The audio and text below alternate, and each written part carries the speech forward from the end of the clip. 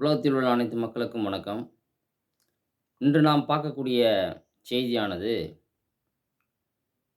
உலகம் முழுவதுமே தேவன் அழகாக படைத்தார். ஆனால் இங்கே மனிதர்களோ உலகத்தை உலகத்தில் உள்ள சுற்றுச்சூழல்களை கெடுத்துக் கொண்டிருக்கிறார்கள்.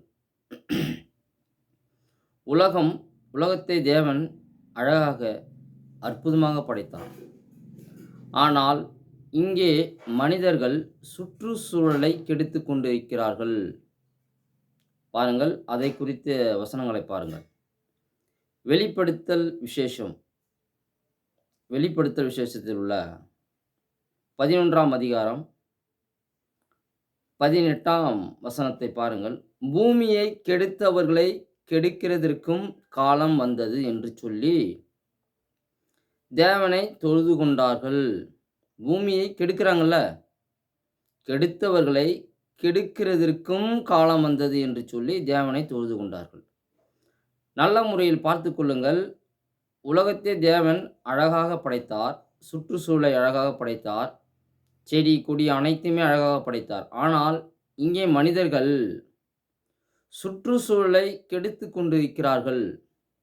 எங்கே பார்த்தாலும் குப்பை, எங்கே பார்த்தாலும் பிளாஸ்டிக் கவர், எங்கே பார்த்தாலும் சரக்கு பாட்டல். சுற்றுச்சூழலை கெடுக்கிறவர்கள் நீங்கள் நிச்சயமாக தேவனால் தண்டிக்கப்படுவீர்கள். அநேக மக்களை பார்க்கிறீர்கள் அல்லவா? அநேக மக்கள் சரக்கு அடித்துக்கொண்டு சரக்கு பாட்டல், பேப்பர், அந்த பிளாஸ்டிக் பாட்டல், அந்த வாட்டர் கேன் இப்படியாக அனைத்தையுமே பயன்படுத்திவிட்டு மற்றவர் நிலத்தில் போட்டுவிட்டு செல்வது. அவருடைய இடத்தில் போய் அந்த வகையான செயலை செய்ய மாட்டார்கள். நல்ல முறையில் பாருங்கள். அவருடைய இடம் தூய்மையாகத்தான் இருக்கும். ஆனால் மற்றவருடைய நிலத்திலேயோ அல்லது மற்றவருடைய இடத்திலேயே சென்று சரக்கடித்துவிட்டு அந்த இடத்தில் பாட்டிலை போட்டுவிட்டு செல்வது. இப்படியாக பாருங்கள். சுற்றுப்புறம் பார்த்தீங்கன்னா உலகம் முழுவதுமே மோசமாக நிலைமையில் உள்ளது. இப்போ கடல்களில் எங்கே பார்த்த கடல்கள் முழுவதுமே பிளாஸ்டிக் கவர், பாட்டில், பிளாஸ்டிக் டப்பா இப்படித்தான் நிறைந்து காணப்படுகிறது. மக்களே, நீங்கள் உணர்ந்து கொள்ள வேண்டும், புரிந்து கொள்ள வேண்டும். சுற்றுச்சூழலை தேவன் அழகாக படைத்தார். ஆனால் இங்கே உள்ள மனிதர்கள் அதனை கெடுத்துக் கொண்டிருக்கிறார்கள். இது தேவனுக்கு பிரியமல்ல. நீங்கள் அனைவருமே தேவனால் நிச்சயமாக தண்டிக்கப்படுவீர்கள். சுற்றுச்சூழலை நல்ல முறையில் பாதுகாத்துக் கொள்ளுங்கள். குப்பைகளை உலகம் முழுவதுமே ஒவ்வொரு வீட்டில் உள்ள குப்பைகளை நீங்களே கிளீன் பண்ணிவிடுங்கள். உங்க தெருவு இருக்கா? அந்த தெருவில் உங்க தெருவுக்கு முன்னாடி கிடைக்கிற குப்பையை நீங்களே எடுத்து விடுங்கள். இதற்காகவே அநேக பணியாளர்களும் இருக்கிறார்கள். ஆனால் வேலை வாங்கியவர்கள் சரியான முறையில் பணியாளர்களுக்கு வேலை தருவது கிடையாது. நகரப்புறத்துக்கு சென்று எங்கே பார்த்தாலும் நகரப்புறத்தில் குப்பை தான். எங்கே பார்த்தாலும் குப்பை. வேலை வாங்குகிறவர்கள் வேலையை சரியான முறையில் வேலை செய்வதே கிடையாது. பாருங்கள், தற்போது கள்ளக்குறிச்சி பகுதியில்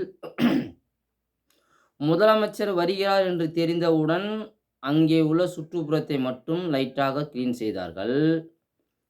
அதுக்கப்புறம் திரும்பவும் பழைய நிலைமைக்கு வந்துவிட்டது.